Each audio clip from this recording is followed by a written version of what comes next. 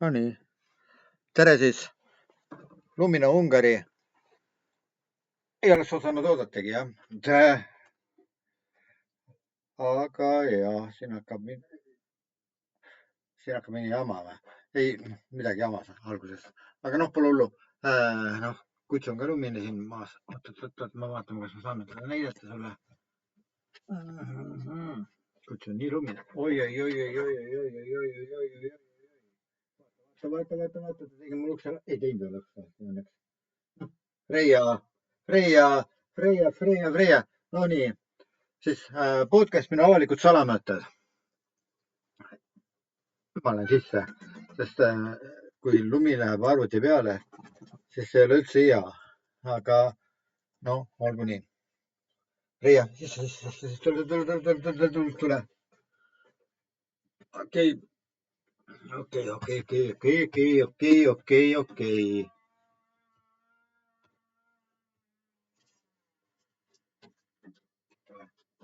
No Freia, tule. Ära jokuta. Pumm.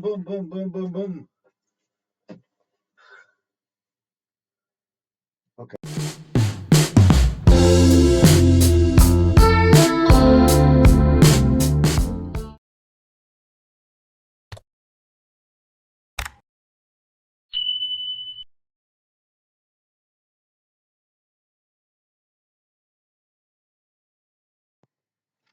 No nii, siin ma siis jälle olen nüüd ja teen uut episoodi. Nagu sa nägid, on väljas lumi maas. Jaanuar, 8. jaanuar. On vist 8 ikka jah, 8 küll jah. Nii et enam uut aastat soovida ei saa.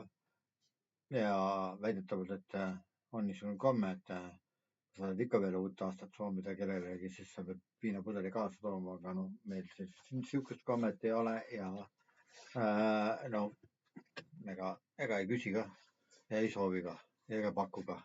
Okei. Vaatame, siin on kehva valgustus tuleb natuke sättida paremaks. No nii, ja ma hakkan pihta siis uute uudistega, mida sa isegi tead võib-olla, sest kui sa jälgid mu podcast'e, siis kindlasti oled aru saanud, et ma räägin hästi palju välispoliitikast ja ma räägin sellega, et praegu on hästi aktuaalne see Trumpi rahutegemise plaan ja siis noh, muidugi see väga paljud inimesed ootab, et Ukrainas lõpuks saab rahu sõlmitud. Siiski, noh, kui aus olla, ega me ei näe mingit konkreetset alust selleks, et tõepoolest rahu saaks sõlmitud. No natukene ka Ungarist. Ungariga seoses on, noh, ega oleks päris palju rääkida, aga siis peaks nagu eraldi rääkima sellest kõigest, aga noh, ma ei tea, kas praegu on nii väga mõtet liiga palju Ungari teemadel rääkida, sest toimub meil palju muudki huvitavat. Näiteks esiteks Venezuela juhtum. Venezuelast röövis siis USA ära Nicolas Maduro, Venezuela diktaatori ja see on praegu vangistuse ootab kohut, kui ei ole veel alustatud seda kohtupidamist tema üle. Teisest küljest jälle vaadatuna, ega Venezuelas palju just muutunud ei ole midagi. Endiselt valitseb sama klikk, kes Maduroga valitses ja noh, muidugi see Nobeli preemia saanud daam, kes oli lahkesti nõus, oleks olnud lahkesti nõus oma Nobeli preemiat siis jagama Donald Trumpiga.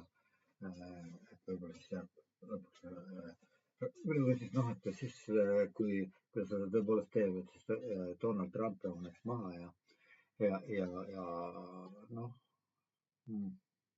võiks ju veel midagi juurde ütelda, aga vist ei ole mõtet. No nii, ja siis oli veel teine Venezuelaga seotud ja mitte nüüd Venezuelaga, see jääb kuskile sinna piirimaale, et Venezuela ja Venemaa vahel täpselt ja noh, muidugi võib ka teistmoodi seda koordinaadistikku kasutada. Euroopa ja Ameerika vahel, Euroopa mandri ja Ameerika mandri vahel, Euraasia ja Ameerika mandri vahel. Aga jah, mitte väga kaugel, parasjagu kaugel ikka, aga mitte väga kaugel Islandist ja Saarestest pidases Vene tankeri kinni just täpselt niisamuti nagu eestlased omal ajal Läänemerel proovisid kinni pidada siis Vene tankerit varilipu all sõitvate Vene varilaevastikku kuuluvat tankerit. Ja see tankri hõivamine Ameerika eriüksuste poolt oli siis niisugune erioperatsioon, kusjuures Vene allveelaev oli seal samas ja Vene julgestus nagu oleks pidanud olema seal samas kohal. Mariner oli selle laeva nimi. See tuli Venezuelast ja väidetavalt Trumpi järgi ei olnud see rünnak mitte Venemaa vastu, vaid ikkagi see oli Venezuelaga seotud ja see tähendab seda, et Trump oleks praegusel ajahetkel, kui need on asjad niimoodi kujunenud, nagu nad on, et ei ole märke selle kohta, et Trumpi arvamus Venemaast oleks paremaks läinud, vastupidi halvemaks paistab olevat minevat pärast seda, eriti veel, kui see toimus väidetav rünnak siis Novgorodi lähedal siis Putini valduste pihta, mille siis Vene pool püüdis iga hinna eest siis Ukrainale kaela määrida, aga et ukrainlased nagu oleksid selle sooritanud midagi niisugust, kuid nagu näitavad hilisemad tähelepanekud ja uuringud, midagi säärast ei ole toimunud, see oli fake kõik ja venelaste enda lavastusel mäng niisugune, mis kahandas veelgi Putini autoriteeti Donald Trumpi silmis, aga jah, sellel on omad tagajärjed, tundub niimoodi, et enam ei pöördu Donald Trump sugugi nii lugupidavalt Venemaa poole, Venemaa valitsuse poole ja venelased paistavad olevat pettunud ameeriklastes ja räägivad sellest, et nad juba lootsid, et Ameerika aitab neil Ukrainat võita. Peskov või kes rääkis niimoodi, Peskov vist pressi intervjuus, ütles, et ja see oli see kõige teine, see oli mingi bloger, Peskov rääkis ka loomulikult sellest, Lavrov ka rääkis sellest ja muidugi nad ei olnud rahul ja süüdistasid USA-d rahvusvaheliste õiguste rikkumises ja kõik,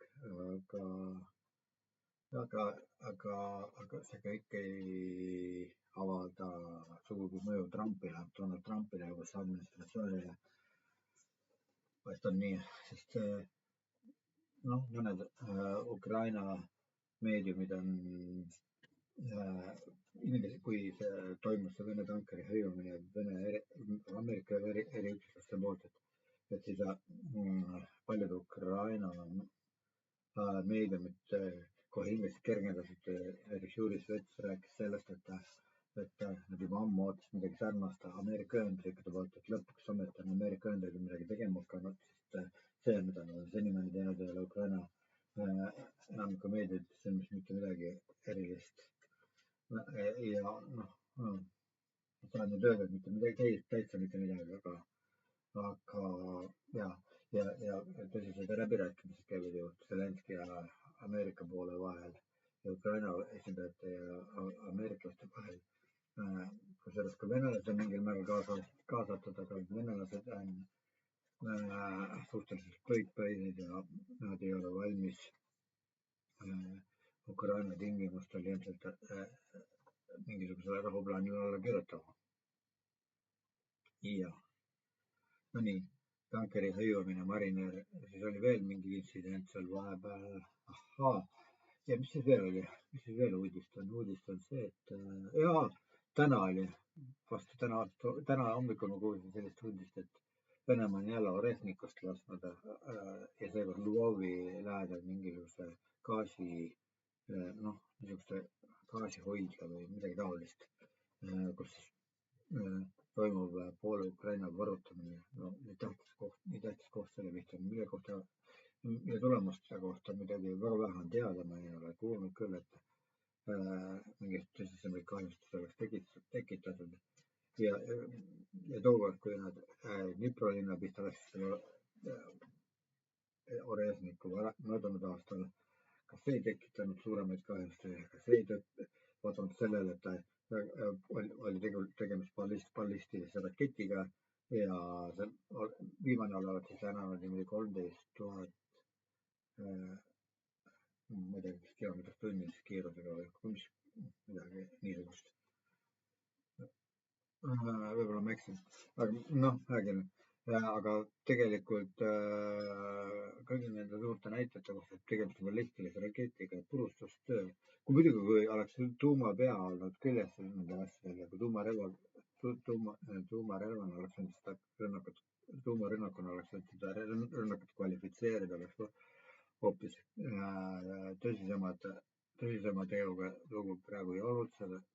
Tegemist on tavalist lõhkeainega, mis selle otsas oli, selle küljes oli külg monteeritud. Okei,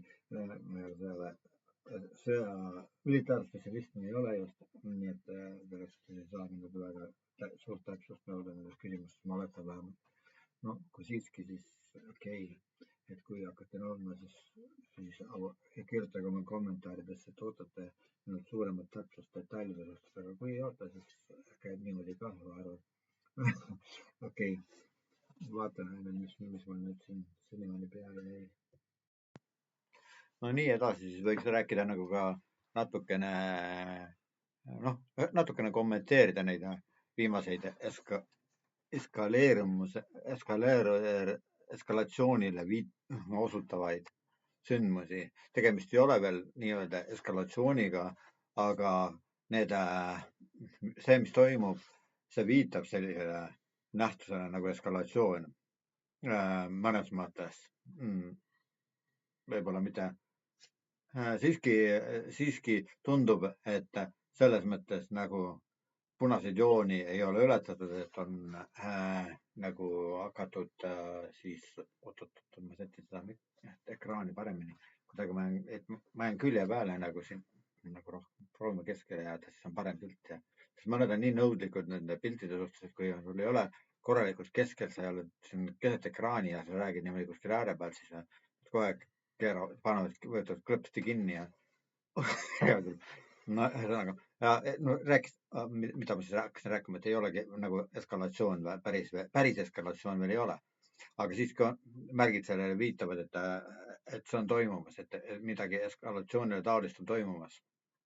No nii, kõigepealt siis räägime, et millele siis osutavad need sündmused. Üks esimene oluline sündmus on küll. Ja tegelikult nagu on märkinud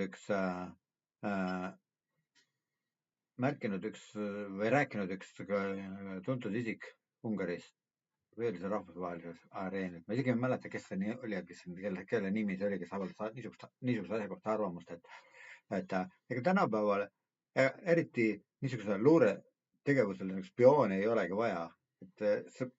Võid siis ainult mõningatel üksikutel puhkudel, et väga lähedale hiilida seal mingitele valitsevatele klikkidele, valitsevatele tegelinskitele. Aga spioonid, tänapäeva spioonid tegutsevad internetis peamiselt.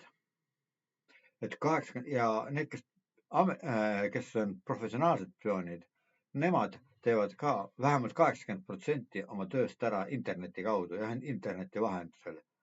Need tänapäeva maailmas igaüks saab olla, praktiliselt igaüks saab olla, peaaegu igaüks, mitte igaüks lausa, aga sest kõigil ei ole neid võimeid, kõigil ei ole seda nägemist, õiget nägemist asja kohta, aga praktiliselt igaüks saab olla spioon.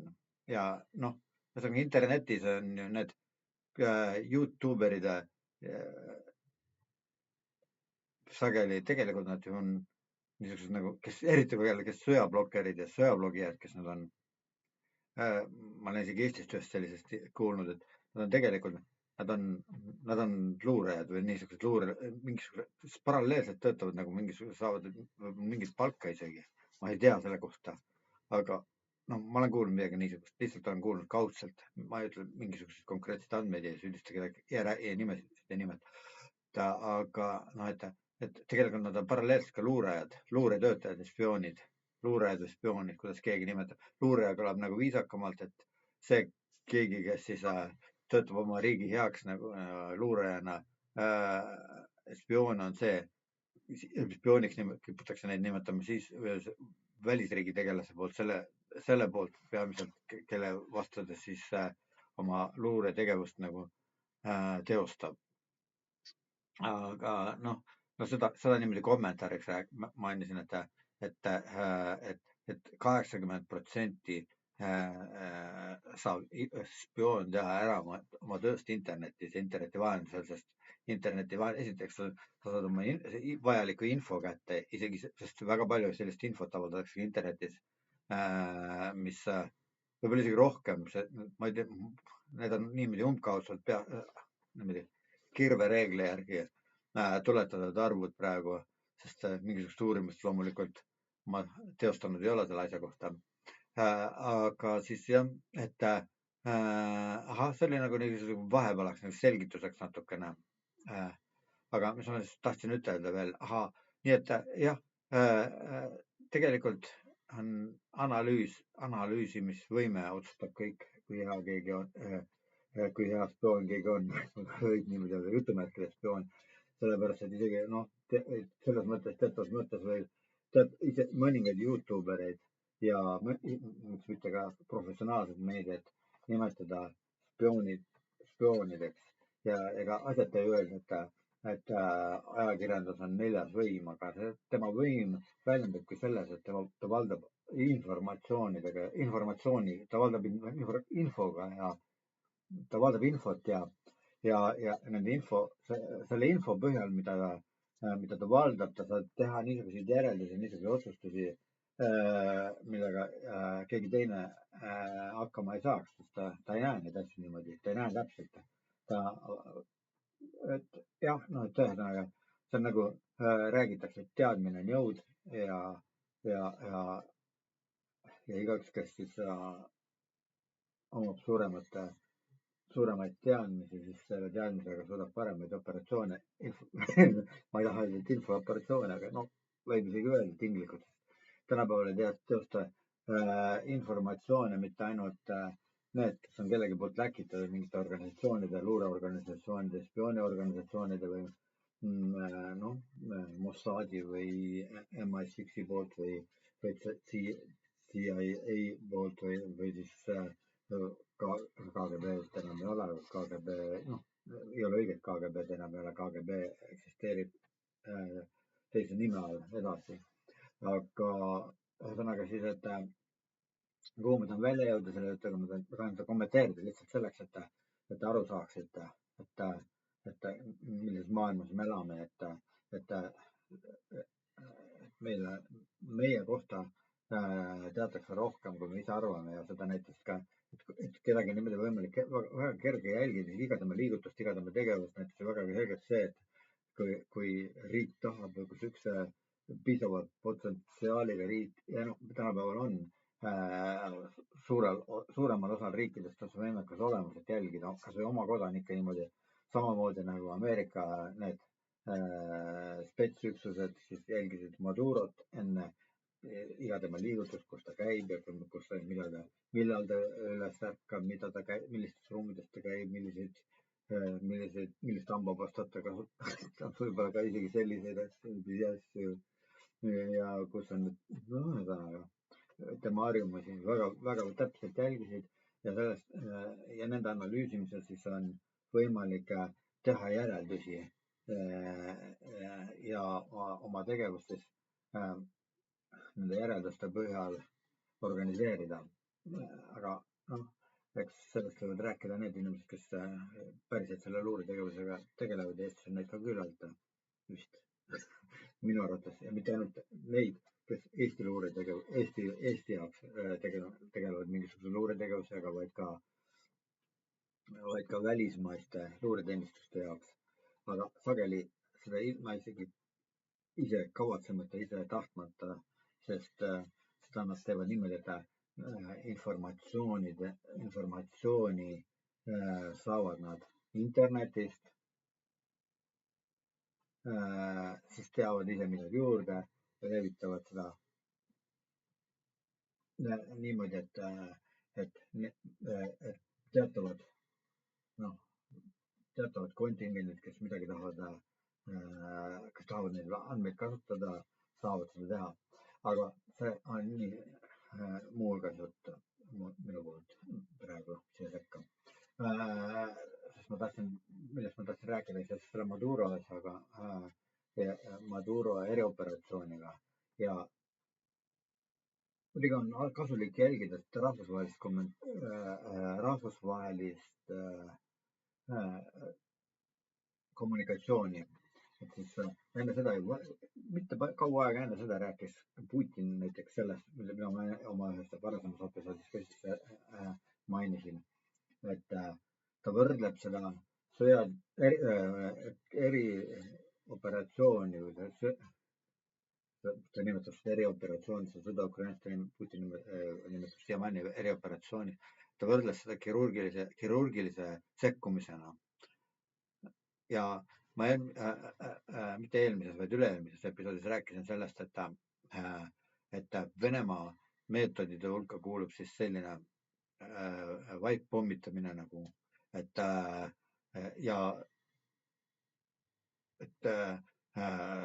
on ilmselge, saab sellest ilmselgeks, et Putin vihkab seda ukrainlasi, et on valmis neid nii kaua terroriseerima, neid tapma, kuni ta suudab nad murda. Ja seda näitab kogu tema taktika, kogu tema tegevus, mis meenutab 13. sajandil toimunud ristisõda Eestimaal ja Eesti ja Liivimaal, mille kohta me võime lugeda ka Läti Henriku Liivimaa kroonikast. Et midagi sarnast, et põletatud maa taktika, vaippommitamine, sinna, kus tuleb ruski miir, sinna jäävad maha siis need tühermaa, sõna otseses mõttes varemed tühermaa, et kuhu niimoodi piltlikult öelda, et kuhu Putin korra sülitab, sinna enam midagi ei kasva. Ja see on võib-olla natukene liialdus, et ilmselt kui see sõjategevus lõpeks ja hakkaks kehtima rahu näiteks Donbassis, kus siis selline taktika eriti ilmsiks on saanud kuidas selle nimi oli, Pokrovski puhul, Mariupol oli ka üks niisugune linn, millest jäi järele peamiselt ainult varemed. Et sellest ajast, kui mina seal nõukogude ajal raadiotehnika vägedes lokaatori operaatorina teenisin, sellest linnast on ilmselt väga vähe järgi jäänud. Ja muidugi siis veel ka ühesõnaga kokkuvõttes, et Putin räägib, et see kõik on nagu kirurgiline sekkumine, kirurgioperatsioon. Mulle väga torkas silma ja kõige selle taustal mulle tundus nagu, et see rünnak, mis ameeriklaste operatsioon, mis kui nad võtsid vangi Nicolas Maduro, Venezuela diktaatori, see oli tõepoolest kirurgioperatsioon. See, mis toimub, mida teostab Venemaa Ukrainas, see ei ole midagi muud kui tapalava. See ei ole kirurgiline operatsioon, nagu Putin ütles.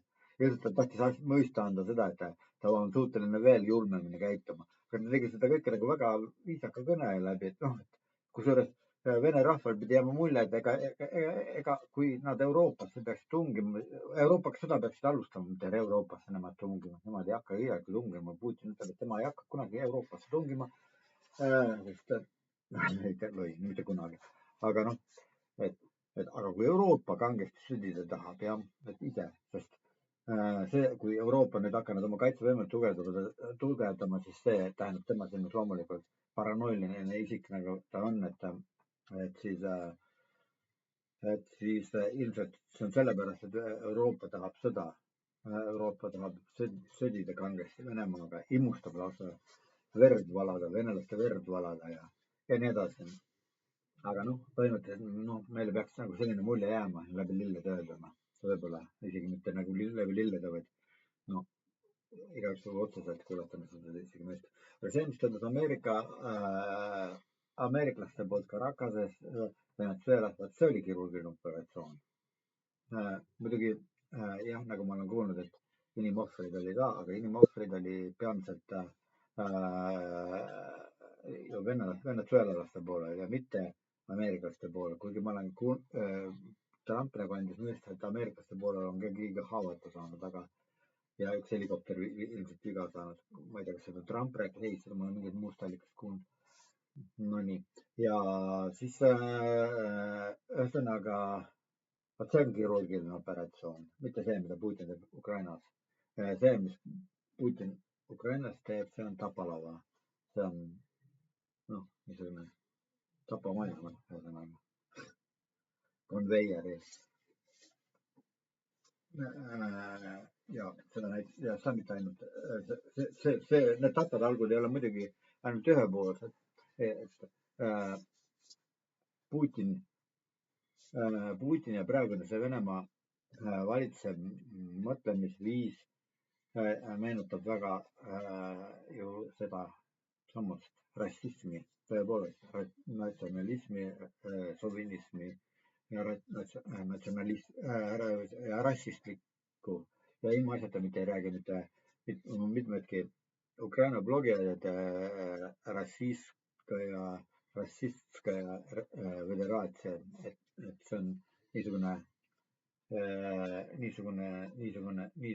föderatsioon siis, et rassistlik föderatsioon, Venemaa rassistlik föderatsioon, et sinna peaks ühe sõna vahele panema. Ja ühesõnaga siis, et no vot, mis ma siis tahtsingi öelda. Lisaks siis juurde, et jah, mul jäi pooleli ma jäin poolele pidama sinna, kus ma rääkisin sellest, et Venemaa sõdimisviis, see meenutab üldse kirurgilist operatsiooni, vaid pigemini meenutab ta mingit, nirk on üks niisugune loom, teate küll, ta on kõige väiksem kiske minu teada, aga ta on kõige verejanulisem ka, et tapab mitte ainult sellepärast, et tal on vaja süüa, vaid ta tapab selleks oma lõbu pärast. Ja see, mida venelased teevad Ukrainas, see on midagi sellist. Muidugi nad ei tapa mitte ainult ukrainlased loomulikult, tapavad ka omi, aga kuidas? Jah, vaata, nagu ma rääkisin, Venemaa on väga rassistlik maa, natsionalistlik, et juba algusest peale nagu nemad ütlevad, et selle erioperatsiooni algusest peale nad saatsid sinna Ukrainasse sõdima eelistatud vähemusrahvusi, burjaate, siis tsetseene, keda kõike veel, seda ma ei tea. Nende hulgas kindlasti oli neid soome-ugri rahvusi, kes samuti olid välismaised palgasõdurid ja nende hulgas on välismaised palgasõdurid, mitte ainult Ukrainas ei ole need ka isegi mustanahalisi inimesi, ma ei tea, kas Ameerikast või vaevalt, et Ameerikast, aga võib-olla kuskilt Aafrikast siis on vangi võetud, kes siis sõdivad Vene mundris ukrainlaste vastu. ja nüüd, kui me nüüd veel lisame sinna juurde, et pärast on ju hakatud neid vanglast amnestiat andma nendele täpselt nii nagu 13. sajandi ristisõjas, kus Rooma paavst andis amnestia siis patukustutuse nendele, kes siis sõdisid siis Baltikumis või siis preislaste, Semgallide, eestlaste, liivlaste vastu ja andis nende patukustuse nimekirja, et kui keegi on valmis sellisest ristiretkest osa võtma, siis ta saab oma patud andeks. Ja kes kristlane on ja loeb piiblit, see teab, et sellist luba ei saanud loomulikult Jumal anda paavstile. No nii, aga kui me nüüd Venemaa juurde tagasi läheme, siis Venemaal toimub sama asi. Venemaal samamoodi need sarnaselt, ütleme mitte päris samamoodi, aga sarnaselt toimub see, kuidas vanglas istuvad inimesed, kurjategijad, nõrtsukad, vargad, pätid, kaabakad ja muud sellised inimesed, kellel ei ole südametunnistust inimesed, neile antakse amnestia selle sageli, mitte ainult, ma ei ütle, et kõik, kes vanglast on tulnud ja vanglas istunud on, ongi südametunnistust inimesed alati. Ma seda ei taha öelda, aga tihti sagedamini kui väljaspool vanglat olevate inimestega juhtub niisugune nagu metamorfoos on läbi käinud ja nende vangis istunud inimestega. Et kui keegi on kurjategija enne seda, kui teatavasti, kui keegi ei ole enne ja olnud kurjategija, kui ta on vanglasse sattunud, aga kui ta on lõpuks vanglasse sattunud, kas süütuna või pisiasja eest või väiksena, siis vanglas temast kindlasti tehakse, enamikul juhtul, mitte kindlasti, aga väga tihti tehaksegi kurjategija. No nii, eriti Venemaa vanglates. Ja need on siis saadetud rindele vähemusrahvustega, nende inimestega, keda Venemaale teist alamasordi inimesteks peetakse. Nii et jah, on niisugune diskrimineerimine olemas Venemaal ja samas palju vähem inimesi läheb näiteks Peterburist, palju vähem läheb Moskvast inimesi sinna sõdima Ukrainasse. Kusjuures on teatav kontingent, kes läheb muidugi ka nendest paikadest ja muidugi enamasti niisugused võlgadest sattunud inimesed, siis neile makstakse hästi selle eest ja kui nad hukkuvad, siis saavad nende perekond saab raha. Kõik see viitab sellele niisugusele, et mitte need inimesed ei lähe Ukrainasse surema, kes on Vene riigile eriti tähtsad, vähemalt mitte. No nii.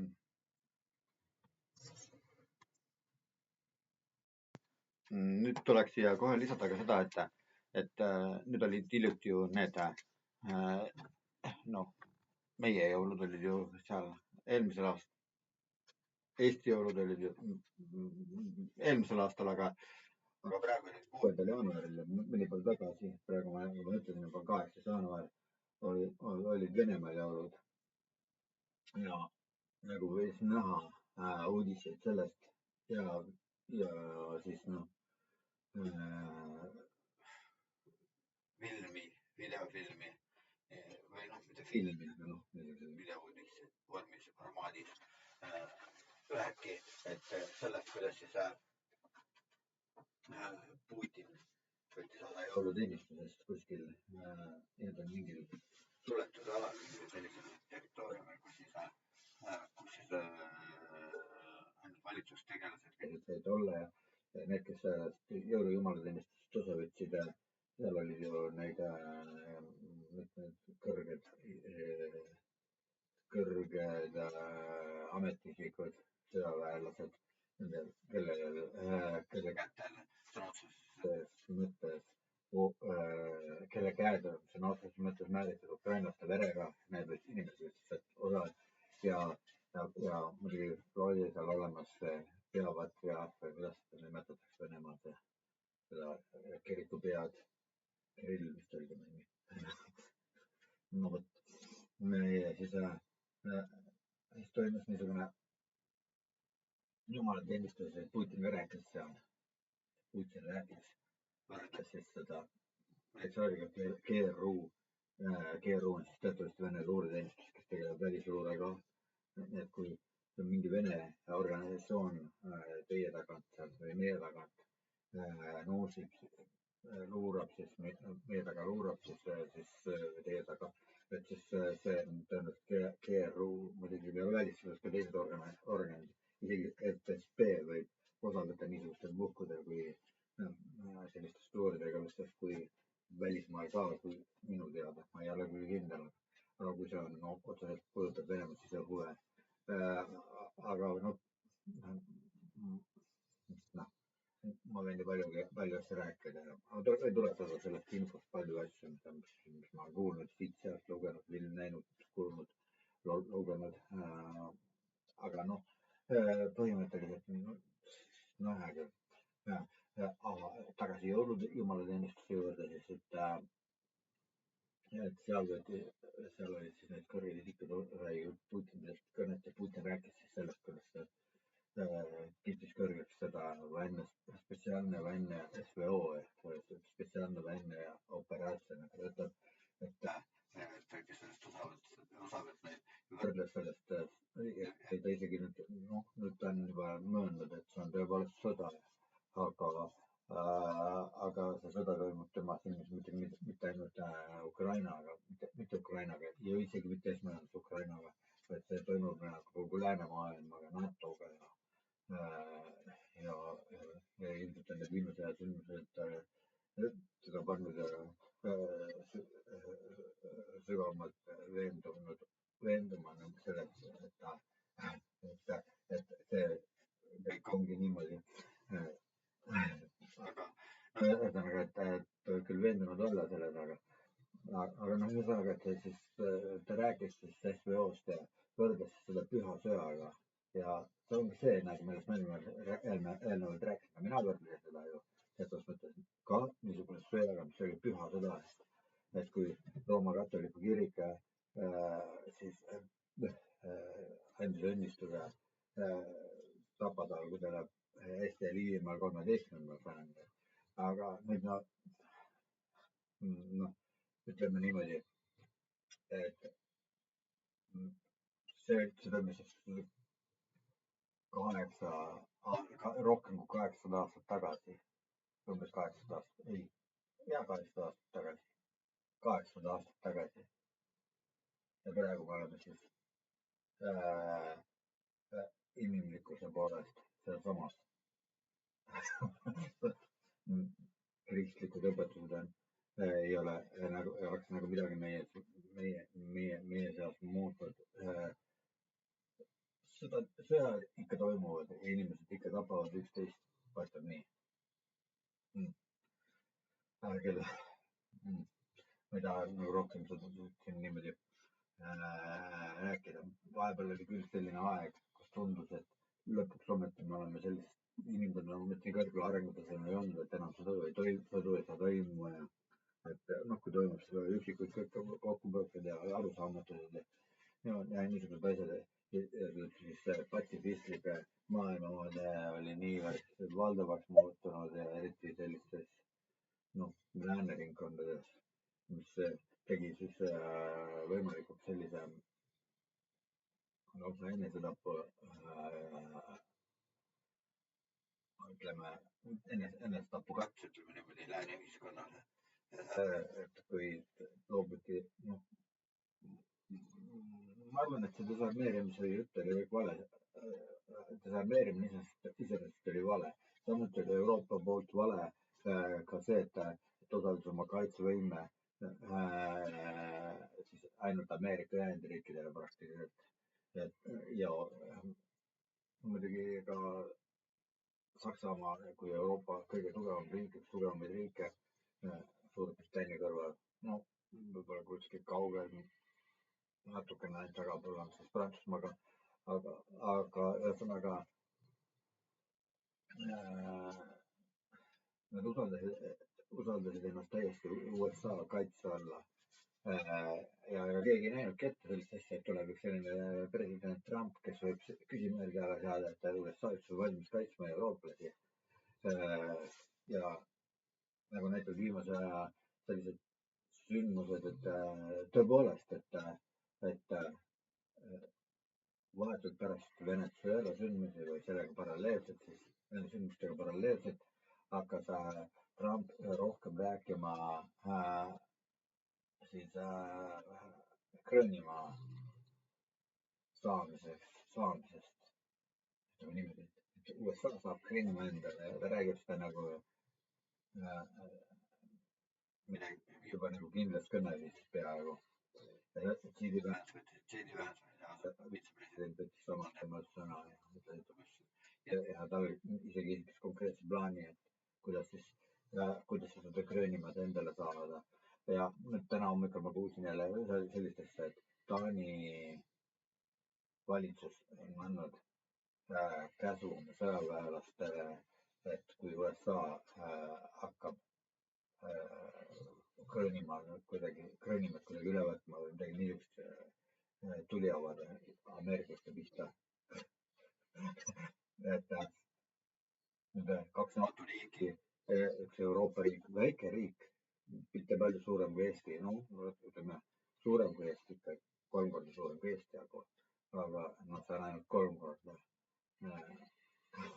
suurem, sest Eesti on ju mitmete riikide, teiste suuremate riikide villikuste riik. Oi, mis juhtus?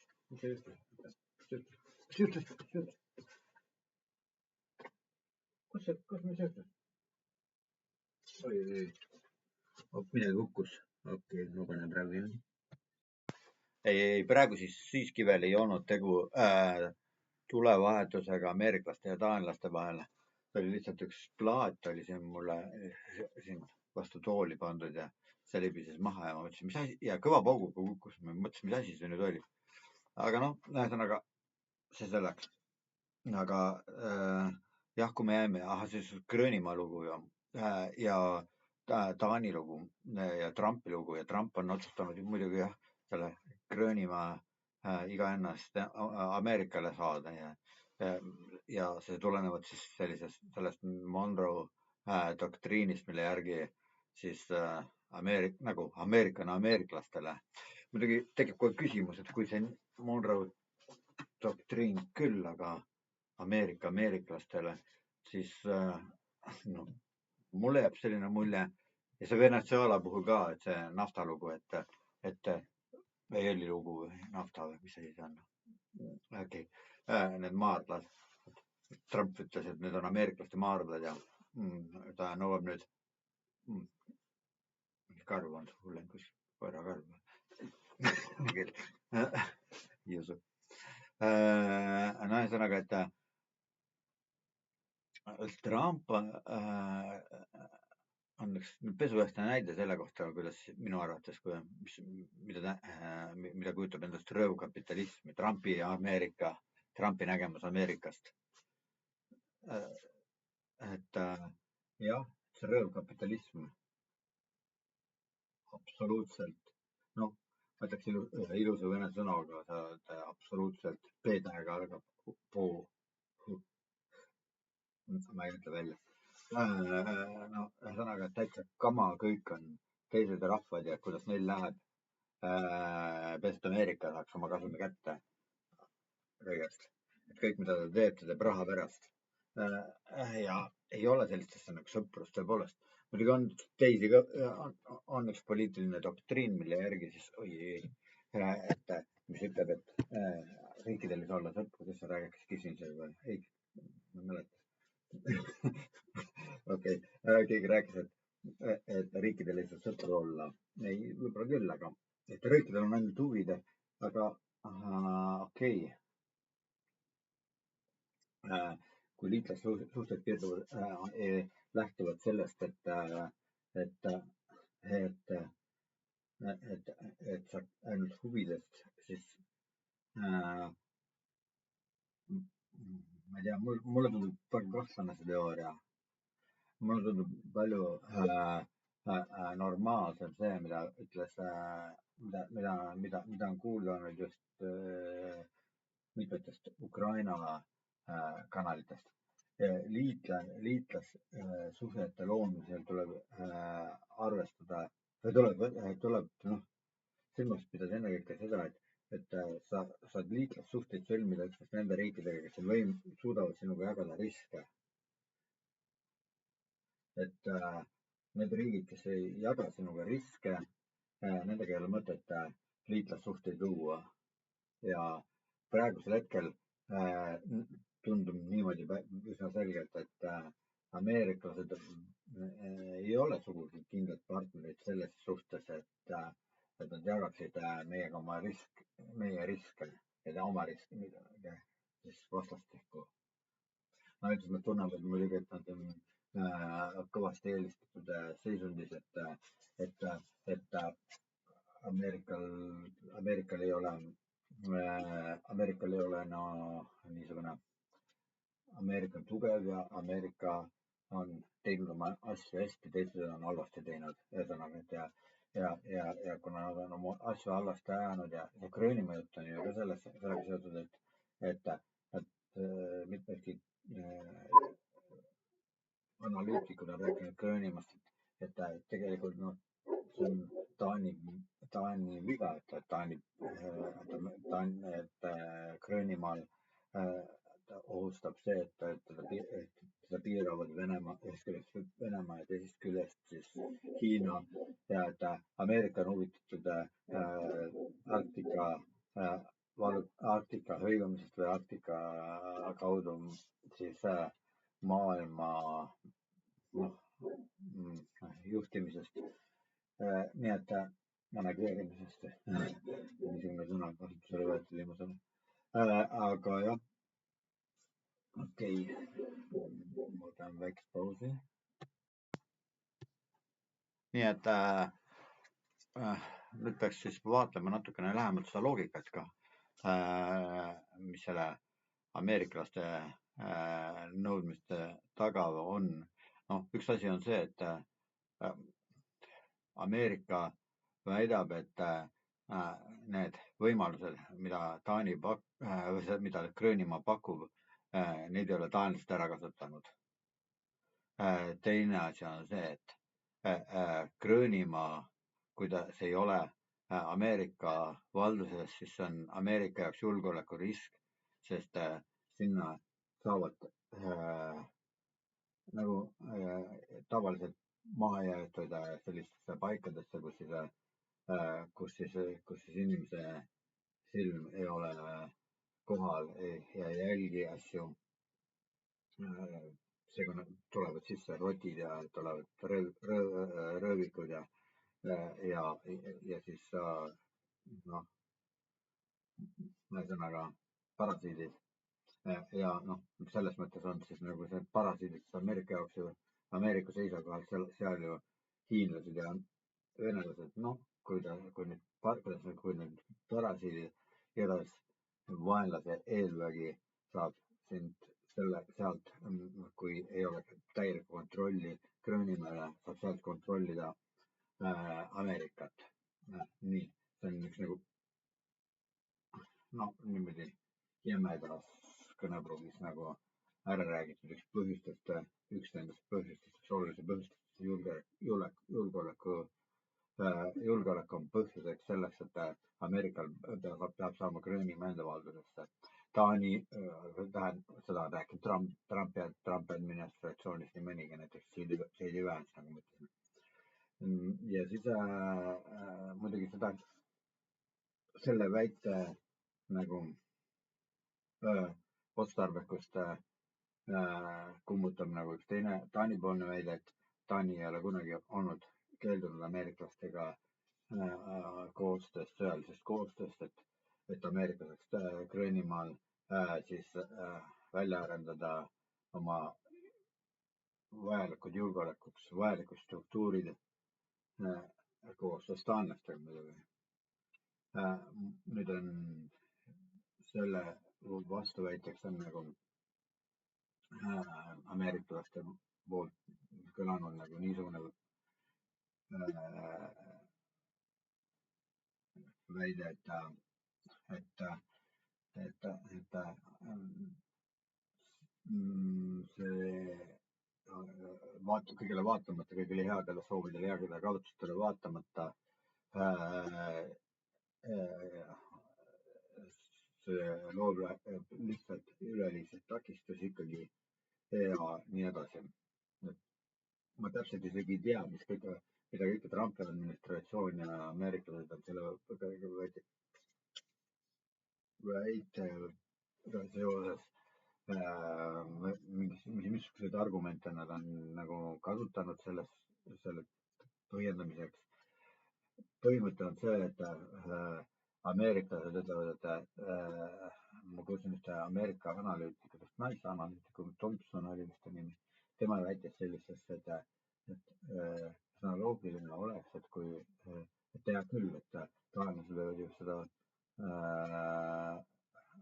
ameeriklastega koostööd teha ja tahaksid teha, aga siis tekib ju üleüldse küsimus, et ameeriklased ütles, see oli üldse otstarbekas, see oli pragmaatiline, et taanlased ise, see riik, kes ise ei suuda mingit ala kaitsta, et see ei olegi väärt seda, et ta omaks seda maa-ala. No. Et need riigid või nagu siin Gröönimaa puhul, kui Taani ei suuda isegi piisavalt julgeolekustruktuure välja ehitada, julgeolekuks vajalikke struktuure välja ehitada Gröönimaale, et Gröönimaal ei saaks tegutseda siis hiinlased ja venelased, ei saaks seda kasutada platvormina seda, kui saaks näiteks Ameerika Ühendriikide vastu. Et siis, et kuidas siis, miks peaks see maa kuuluma üldse siis Taanile edaspidigi. Teine küsimus on see, et siis Ameerika on rääkinud erinevaid võimalusi, kuidas siis Gröönimaa peaks saama Ameerika Ühendriikide valdusesse. Ühte soodsama võimaluse nad on pakkunud seda, et ostab Gröönimaa endale. No, sellised ostmisi on nagu ajaloo teada ennegi, kuidas Ameerika on teistelt riikidelt maid ostnud, näiteks viimane Alaska, Vene saarilt on jõudnud Alaska niimoodi. Ja siis,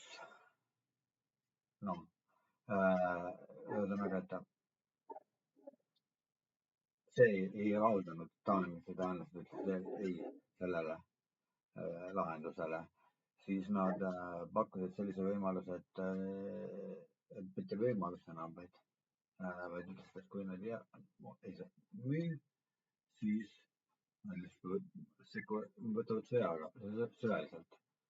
Sellele vastuseks nüüd siis kostis viimati Euroopa poolt ka toetushääli kostis ja siis Taani andis välja viimasel teadaande, et ta on valmis sõjaliselt kaitsma siis Gröönimaad Ameerika Ühendriikide vastu, kui Ameerika tahab sõjaliselt võtta Gröönimaad ära. Loomulikult jälle Taanimaa ei suuda üksi kaitsta loomulikult Ameerika Ühendriikide vastu, sest ameeriklastel on ju palju kordi tugevam armee kui taanlastel ja muidugi taanlased on leidnud ka koostööpartnereid selles liitlasi, kes siis on valmis koos temaga kaitsma isegi seda Gröönimaad, aga loodetavasti sinna kunagi asi ei lähe, aga nagu me oleme Trumpi puhul juba nagu harjunud, et Trumpi puhul kunagi ei tea, kuhu need asjad välja lähevad. Ja kui Gröönimaa jääb kindlaks oma veendumuse juurde, et me Gröönimaad ära ei anna, et on ainult üks viis, et kui Gröönimaa saaks Ameerika Ühendriikideks, esiteks, et Gröönimaa rahvas otsustaks Gröönimaal elavad inimesed, Gröönimaa kodanikud, Taani kodanikud on nad, aga Gröönimaal elavad kodanikud inimesed ise, siis hääletavad selle poolt, ütleme, et referendum või mis tahes korraldatakse, et nad tahavad olla iseseisev riik ja astuda Ameerika Ühendriikide koosseisu, et sellisel puhul oleks võimalik, et Taani annab järgi sellele. Aga kuni seda ei toimu ja kuni seda ei ole toimunud, ei ole mõtet sellest rääkida ja vastasel korral, kui Gröönimaa rahvas on otsustanud, et jääb Taani koosseisu, siis Gröönimaa on valmis omapoolseid samme astuma ja mitte ainult üksi, vaid appi võtma ka liitlasi ja Euroopa Liidus olevaid liitlasi. Ja kui see niimoodi läheb, siis on ennustanud Taani poliitikud, et tähendab, et NATO lõppu võib tähendada NATO lõppu, kui niisuguse situatsiooni jõutakse välja, et tõepoolest sõjaliselt tahab Ameerika Ühendriigid üle võtta Gröönimaad, siis see võib viia NATO lõpuni. No praegu me ei tea, et nii kaugele oleksid asjad arenemas täitsa. On mitmeid erinevaid arvamusi, mõned arvavad, et Trump on palju asju rääkinud. Trump ei tee kõike seda, mida ta on rääkinud, sest ta ei mõtle sageli, mida ta räägib. Ühest küljest võib-olla see on ka niimoodi, teisest küljest me oleme näinud, et Trump on piisavalt jäärapäine, et oma arvamusi muuta mingites asjades, mingites küsimustes. Et ta võib küll niimoodi teha, et mõneks ajaks ta paneb need teemad, mida praegust ei näe võimalik saavutada, teatav ajani kõrvale ja siis peatselt siis võtab need asjad uuesti üles ja võib-olla hoopis teistmoodi. Ja võib-olla isegi täitsa ootamatuna, nagu see juhtus Venezuelas Maduro puhul. Nii et Trump on ettearvamatu, seda on rääkinud paljud. Ka mina olen erinevates oma podcastis rääkinud, isegi ma olen niisugust asja rääkinud, niisugust asja maininud. Vene päritolu Prantsuse kirjaniku ja KGB ekspiooni Sergei Žirnovi arvamust, et Trump on psüühiliselt haige, aga et Trumpi puhul ei tea kunagi, mis võib järgmiseks juhtuda, et järgmiseks ta võib isegi sellise asjaga hakkama saada, et laseb püksid maha ja laseb ovaalsaalis junnilaua peale, aga see ja ütleb, et see on täiesti normaalne asi. Aga midagi niisugust on ütelnud, on nüüd seesamune Žirnov ütelnud küll, tema on ütelnud, lisanud ka juurde, et Trump on psüühiliselt haige, ja tema tal on oma kinnisideed. Kui ma nüüd viimase aja sündmusi jälgin, siis võib-olla selles mingit teraki tõtt on ka, aga tegelikult niisugustele kavalatele ja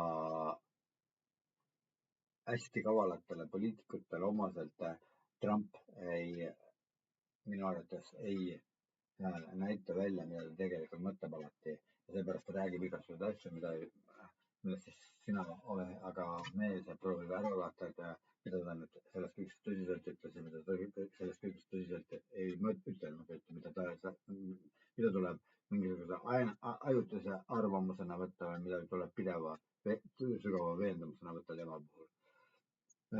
Muidugi see muudab minu arvamust ka selles osas, et ma arvan, et Trump mõtleb esmajoones kui ärimees, ta võtab rahast esmajoones, et kui on kasum, sinna ta läheb, seda ta teeb, rahahais, siis Trump on seal, et suure rahahais, kus on ja seal ka Trump, ma mõtlen niisugustes ülemaailmsetes mastaapides,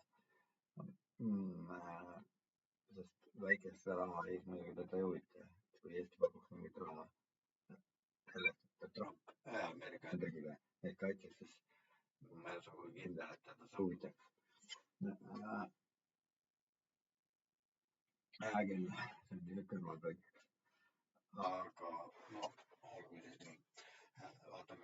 edasi.